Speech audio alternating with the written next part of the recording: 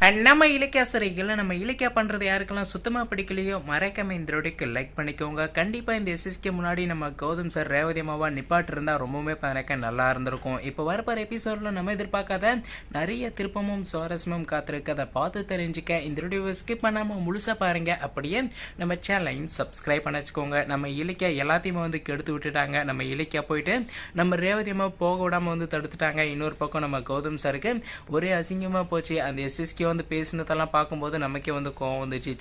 நம்ம கௌதம் சார் இந்த அளவுக்கு வந்து கஷ்டப்படுறாங்க, நம்ம இலக்கிய கொஞ்சம் கூட மனசாட்சியே இல்லாமல் நம்ம ரேவதிமா வந்து தடுத்துட்டாங்களே, நம்ம ரேவதிமா போயிட்டு நின்று இருக்கணும், அந்த எஸ்எஸ்கேவுக்கு தெரிய வந்திருக்கணும் கௌதம் தான் தன்னுடைய புள்ள அப்படின்னு சொல்லிட்டு. இன்னொரு பக்கம் நம்ம கௌதம் சாருக்குமே அந்த எஸ்எஸ்கே தான் தன்னுடைய அப்பான்னு சொல்லிட்டு தெரிய வந்திருந்தா எல்லா உண்மையும் எல்லாருக்கும் தெரிய வந்திருந்தா ரொம்பவே வந்து நல்லாயிருக்கும். ஏன்னா ஒரு நாளா 2 நாளா இது மாதிரி உண்மை வெளியே வந்து பார்த்தீங்கன்னாக்கா மாத கணக்கில் ஆச்சு இதே மாதிரி வந்து போயிட்டு இருக்கிறதுனால நமக்குமே வந்து போர் அடிக்க ஆரம்பிக்குது. அதனால நம்ம இலக்கிய இந்த உண்மையை மூடி வைக்காம உடனே அந்த விஷயத்தை அப்பவே எனக்கு வெளிப்படுத்தினா ரொம்பவே எனக்கு நல்லா இருக்கும். இப்போ நம்ம இலக்கிய ரேவதி அம்மாவை தடுத்து அங்கிருந்து வந்து கூட்டிட்டு வந்துட்டாங்க. இன்னொரு பக்கம் நம்ம கௌதம் சாருக்கு ஒரே கஷ்டமா போயிடுச்சு. இப்போ நம்ம இலக்கியவும் நம்ம ரேவதி அம்மாவும் வீட்டுக்கு வந்தோடனே நம்ம ஜானி அம்மா நிற்க வச்சு கேள்வி கேட்க ஆரம்பிக்கிறாங்க. எதுக்காக வந்து போனீங்க கௌதம், எதுக்காக ரேவதியை மட்டும் கூட்டிட்டு போனோம், அதுவும் ரேவதி மட்டும் அவசரமா வந்து கூட்டிட்டு போனா என்ன விஷயம் ஏது விஷயம் எனக்கு சொல்ல அப்படின்னா மண்டையை வெடிச்சிடும், ஒழுங்கா வந்து சொல்லுங்க அப்படின்னு சொல்லிட்டு சொல்றாங்க. நம்ம இலக்கிய ஏதாச்சும் போய் சொல்லலாம்னு சொல்லிட்டு வாயை திறந்தால் நம்ம ஜானியம்மா நம்ம இலக்கியவை பேசவே விட கிடையாது. இதை பாரு இலக்கிய நீ எதுவுமே வந்து பேசாத, ரேவதி நீ சொல்லுன்னு சொல்லிட்டு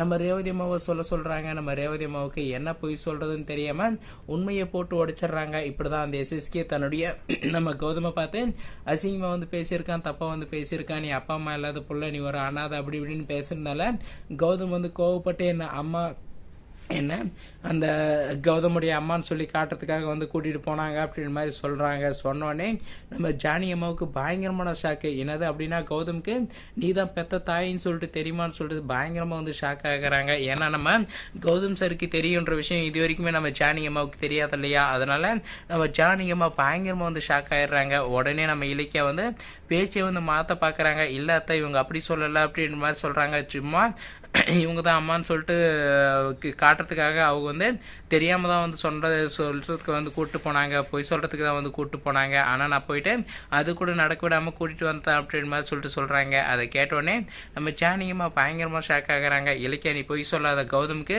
உண்மை தெரியுமா, ரேவதி தான் தன்னுடைய பெத்த அம்மான்னு சொல்லிட்டு தெரியுமான்னு சொல்லிட்டு நம்ம ஜானியமாக நம்ம ரேவதி அம்மா கிட்டேயும் நம்ம இலக்கிய கிட்டேயும் விடாமல் வந்து கேட்டுட்டு இருக்காங்க. அப்போ தான் நம்ம ரேவதி அம்மா விஷயத்த சொல்லிடுறாங்க. ஆமாம் கௌதமுக்கு எல்லா விஷயமும் வந்து தெரியும், அதாவது கௌதம பெத்த தாய் நான் தான் சொல்லிட்டு தெரியும் அப்படின்னு மாதிரி சொல்லிடுறாங்க. அதை கேட்டோடனே நம்ம ஜானியம்மாவுக்கு பயங்கரமான ஷாக்கு. நம்ம ஜானியம்மா அங்கேயே வந்து இடிஞ்சு உக்காடுறாங்க. இன்னொரு பக்கம் நம்ம ஜானியம்மா கிட்ட நம்ம இலக்கிய சொல்லி புரிய வைக்க போறாங்க. அத்தை நீங்க எதுக்காக வந்து கவலைப்படுறீங்க, கௌதமுக்கு இப்போ நேற்று இன்னைக்கெல்லாம் தெரியாது, அவருக்கு தெரிஞ்சு ரொம்ப நாள் ஆச்சு, அப்போவுமே அவங்க உங்களை தான் அம்மாவா நினைக்கிறாங்க அப்படின்னு மாதிரி சொல்லிட்டு நம்ம ஜானியம்மா கிட்ட சொல்லி புரிய வச்சு சமாதானப்படுத்துறாங்க. இன்னொரு பக்கம் நம்ம ரேவதி அம்மாவுமே பதினக்க நம்ம ஜானியம்மா கிட்ட சொல்றாங்க, இப்படிதான் நீ வந்து கவலைப்படாத ஜானகி, கௌதம் வந்து எப்பவுமே ஒன்று விட்டு போக மாட்டான், அவங்ககிட்ட இருந்து நான் பிரிச்சும் கூட்டிகிட்டு போக மாட்டேன் அப்படின்னு மாதிரி வந்து சொல்கிறாங்க. வெயிட் பண்ணி பார்க்கலாம் அடுத்து என்ன நடக்கும்னு.